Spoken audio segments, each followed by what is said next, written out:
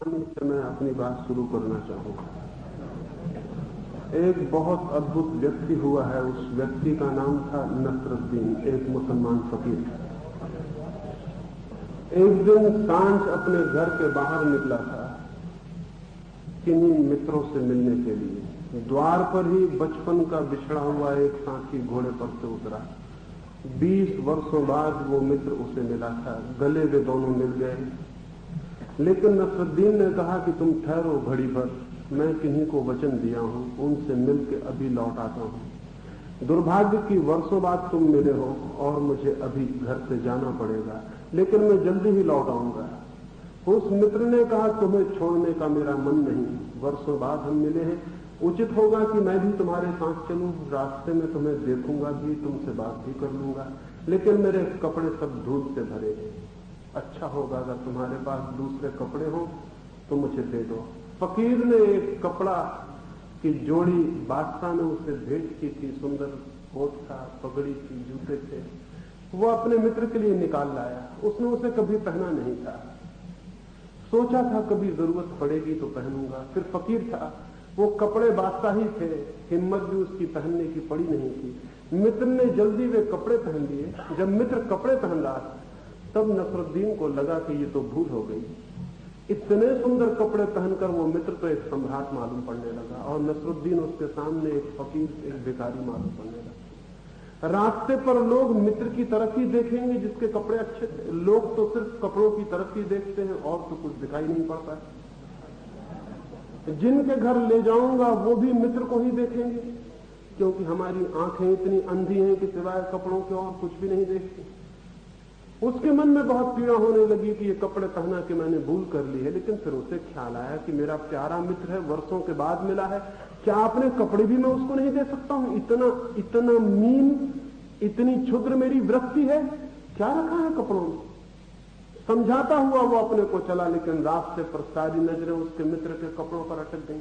रास्ते पर जिसने भी देखा वही गौर से देखने लगा। वो मित्र बड़ा सुंदर मालूम पड़ रहा था। जब भी कोई उसके मित्र को देखता उसके मन में चोट लगती कि कपड़े मेरे हैं, और देखा मित्र जा रहा है। फिर अपने को समझाता कि कपड़े क्या किसी के होते हैं, मैं तो शरीर को तक अपना नहीं मानता, तो कपड़ों को अपना क्या मानना है, इसमें क्या हर्जा हो गया। समझाता बुझाता अपने को उस घर पहुंचा। भीतर जाके जैसे ही अंदर गया, परिवार के लोगों की नजरें उसके मित्र के कपड़ों पर अटक गई। फिर उसे चोट लगी, ईर्ष्या मालूम हुई, मेरे ही कपड़े हैं और मैं ही अपने कपड़ों के कारण दीनहीन हो गया हूं, बड़ी भूल हो गई। फिर अपने को समझाया, फिर अपने मन को दबाया, फिर मित्र का परिचय दिया। घर के लोग पूछने लगे, कौन है ये? कहा, मेरे मित्र हैं बचपन के, बहुत अद्भुत व्यक्ति हैं, जमाल इनका नाम है। रह गए कपड़े, तो कपड़े मेरे हैं।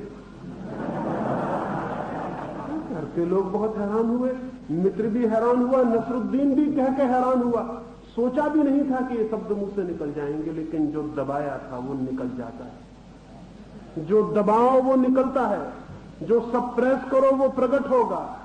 इसलिए भूल के गलत चीज मत दबाना, अन्यथा जीवन सारी गलत चीज की अभिव्यक्ति बन जाती। घबरा गया बहुत, सोचा भी नहीं था कि निकल जाएगा। मित्र भी बहुत हतप्रभ हो गया।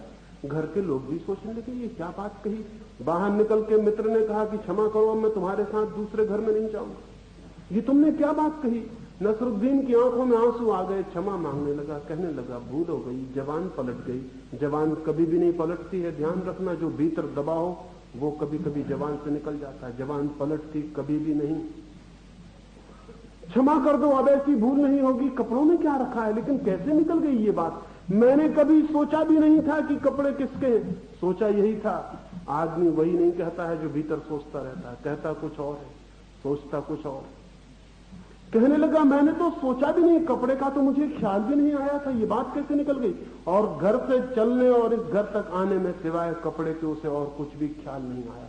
आदमी बहुत बेईमान, जो उसके भीतर ख्याल आता है कभी कहता भी नहीं बाहर की ये ख्याल आते, और जो बाहर बताता है वो भीतर बिल्कुल नहीं होता है। आदमी सरासर एक झूठ है। मित्र ने कहा, मैं चलता हूं तुम्हारे साथ, लेकिन अब ये कपड़ों की बात। नसरुद्दीन ने कहा, कपड़े तुम्हारे ही हो गए, तुमने पहने, अब मैंने लूंगा भी नहीं। कपड़ों में क्या रखा है? कह तो वो रहा था कि कपड़ों में क्या रखा है, लेकिन दिखाई पड़ रहा था कि कपड़ों में ही सब कुछ रखा है। वे कपड़े बहुत सुंदर, वो मित्र बहुत अद्भुत मालूम पड़ रहा है। चले रास्ते पर नसरुद्दीन फिर अपने को समझाने लगा कि कपड़े दे ही दूंगा मित्र को, लेकिन जितना सोचता था उतना ही मन होता था, एक बार भी पहने नहीं, एक बार भी आंखें इन कपड़ों की लोगों की रुकी नहीं। कैसे दे दूंगा? लेकिन अपने को समझाया कि भूल हो गई, क्षमा में दे देना चाहिए, और अब कभी ये ख्याल भी नहीं लाऊंगा अपने मन में कि ये कपड़े मेरे हैं। दूसरे घर में पहुंचा, संभल के, संयम से। संयमी आदमी हमेशा खतरनाक होता है, क्योंकि संयम का मतलब होता है कि उसने कुछ भीतर दबा रखा है। सच्चा आदमी संयमी नहीं होता। सच्चा आदमी सिर्फ सच्चा होता है, उसके भीतर कुछ भी दबा नहीं होता। संयमी आदमी हमेशा झूठा होता है, जो वो ऊपर से दिखाई पड़ता है उससे ठीक उल्टा उसके भीतर दबा होता। उसी को दबाने की कोशिश में वो संयमी हो गया होता है। संयमी के भीतर हमेशा बारूद है, जिसमें कभी भी आग लग जाए तो बहुत खतरनाक है। और 24 घंटे दबाना पड़ता है जो दबाया है उसे। एक क्षण को भी फुर्सत दी, छुट्टी दी कि वो निकल के बाहर आ जाए। इसलिए संयमी आदमी को हॉलीडे कभी भी नहीं होता। 24 घंटे जब तक जागता है। हाँ, नींद में बड़ी गड़बड़ हो जाती, सपने में सब बदल जाता है। वो जिसको दबाया है वो नींद में प्रकट होने लगता है, क्योंकि नींद में संयम नहीं चलता। इसलिए संयमी आदमी नींद से डरते हैं, इसका पता है। संयमी आदमी कहते हैं कम सोना चाहिए। उसका और कोई कारण नहीं है। नींद तो परमात्मा का अद्भुत आशीर्वाद है, लेकिन संयमी डरता है, क्योंकि जो दबाया है वो नींद में धक्के मारता है, सपने बन के आता है। किसी तरह संयम साधना करके वो बेचारा नसरुद्दीन उस घर में घुसा। दबाए हुए है मन में, वे कपड़े ही कपड़े, कपड़े ही कपड़े। कह रहा है कि मेरे नहीं है, अब तो मित्र के ही है। लेकिन जितना ये कह रहा है कि मेरे नहीं है, मित्र के ही, उतने ही वे कपड़े और भी मेरे मालूम पड़ रहे। मन को जिस बात के लिए इंकार करो, मन उसी की तरफ दौड़ने लगता है। इंकार करो और मन दौड़ता है। इंकार बुलावा है, मन में ना का मतलब हां होता है। मन में भीतर ना का मतलब हां होता है। जिस बात को तुमने कहा नहीं, मन कहेगा हां यही। कपड़े मेरे हैं, मन कहने लगा। कौन कहता है कपड़े मेरे नहीं? और नसरुद्दीन की ऊपर की बुद्धि समझाने लगी कि नहीं, कपड़े तो मैंने दे दिए मित्र के। जब वे भीतर गए तब नसरुद्दीन कोई समझ भी नहीं सकता था कि भीतर कपड़ों से लड़ रहा है। घर में जिसके पास ले गए थे पति मौजूद न था, सुंदर पत्नी मौजूद थी। उसकी आंखें एकदम कपड़ों पर अटक गई मित्र के। नसरुद्दीन को धक्का लगा। इस सुंदर स्त्री ने उसे भी कभी इतने प्रेम से नहीं देखा। पूछने लगी, कौन है ये, कौन व्यक्ति है ये, कभी देखा नहीं। नसरुद्दीन ने कहा, मेरे मित्र हैं। हालांकि कह रहा था, मालूम पड़ रहा था कि मेरे शत्रु हैं। कह रहा था मेरे मित्र हैं, लेकिन लग रहा था कि मेरे शत्रु इस दुष्ट को कहां साथ ले आए। जो देखो वही उसको देख रहा। और पुरुषों के देखने तक गनीमत थी, सुंदर स्त्रियां भी उसी को देख रही, तो फिर बहुत मुसीबत हो गई। मेरे मित्र हैं, बचपन के साथी हैं, बहुत अच्छे आदमी हैं। रह गए कपड़े, कपड़े उन्हीं के हैं, मेरे नहीं हैं। लेकिन कपड़े अगर उन्हीं के हैं तो कहने की जरूरत क्या है। कह गया, तब पता चला कि फिर भूल हो गई। भूल का नियम है, भूल अतियों पर होती है, एक्सट्रीम पर होती है। एक एक्सट्रीम से बचो, दूसरी एक्सट्रीम पर हो जाती है। भूल का नियम है, घड़ी के पेंडुलम की तरह चलती है भूल। इस कोने से फिर ठीक दूसरे कोने पर जाती, बीच में नहीं रुकती भूल। भोग से जाएगी तो एकदम त्याग पे चली जाएगी। एक बेवकूफी छोटी, दूसरी बेवकूफी पे पहुंच जाएगी। भोजन, ज्यादा भोजन से बचेगी, उपवास, वो ज्यादा भोजन से भी बदतर। क्योंकि ज्यादा भोजन भी आदमी दिन में 2-1 बार कर सकता है, लेकिन उपवास करने वाला आदमी दिन भर मन ही मन में भोजन करता करना पड़ता, तो 24 घंटे भोजन करना पड़ता। एक भूल से आदमी का मन बचता है और दूसरे भूल पर मन जो है वो एक्सट्रीम्स में, अतियों में डोलता है। एक भूल की थी कि कपड़े मेरे हैं, अब दूसरी भूल हो गई कि कपड़े उसी के हैं, लेकिन एम्फेटिकली जब इतने जोर से कोई कहे कि कपड़े उसी के हैं तो साफ हो जाता है कि कपड़े उसके नहीं। ये बड़े मजे की बात है। जोर से हमें वही बात कहनी पड़ती जो सच्ची नहीं होती। अगर तुम कहो कि मैं बहुत बहादुर आदमी हूं तो समझ लेना कि तुम पक्के नंबर 1 के कायर हो।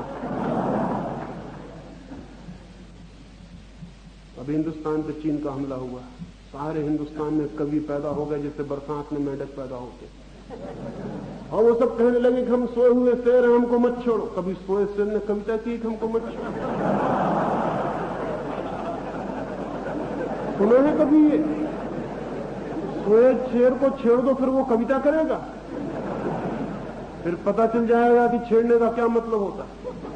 लेकिन हमारा पूरा मुल्क कहने लगा हम सोए शेर हैं, हम ऐसा कर देंगे, हम वैसा कर देंगे, और चीन लाखों मील जमीन दबा के बैठ गया। सोए शेर सो गए, फिर से कविता वगैरह बंद। ये शेर वेर होने का ख्याल शेरों को पैदा नहीं होता, ये कायरों को पैदा होता है। शेर शेर होता है, चिल्ला मिल्ला के कहने की जरूरत नहीं होती। वो जितने जोर से हम कहते हैं उससे उल्टा हमारे भीतर होता है। इसलिए जोर से कुछ कहते वक्त जरा संभल के कहना। अगर किसी से कहो कि मैं तुम्हें बहुत प्रेम करता हूं तो संदिग्ध है वो प्रेम। प्रेम कहीं बहुत किया जाता है, बस किया जाता है या नहीं किया जाता। लेकिन आदमी का मन पूरे वक्त नासमझियों के चक्कर में घूमता है। कह दिया नसरुद्दीन ने कि कपड़े कपड़े इन्हीं के हैं। वो स्त्री भी हैरान हुई, मित्र भी हैरान हुआ कि फिर वही बात। बाहर निकल कर उसने मतलब कहा क्षमा करो, अब मैं लौट जाता हूं, गलती हो गई, तुम्हारे साथ आया। क्या तुम्हें कपड़े ही कपड़े दिखाई पड़ रहे हैं? नसरुद्दीन ने कहा मैं भी नहीं समझता, आज तक जिंदगी में कपड़े मुझे दिखाई नहीं पड़े, ये पहले ही मौका है। क्या हो गया है मुझे? मेरे दिमाग में क्या गड़बड़ हो गई? लेकिन पहली भूल हो गई थी, उससे उल्टी भूल हो गई। अब कपड़ों की बात ही नहीं करूंगा, बस एक मित्र के घर और मिलने चलना है, फिर हम वापस लौट चलेंगे। और एक मौका मुझे और दो, नहीं तो जिंदगी भर के लिए अपराध मन में रहेगा कि मैंने मित्र के साथ कैसा व्यवहार किया।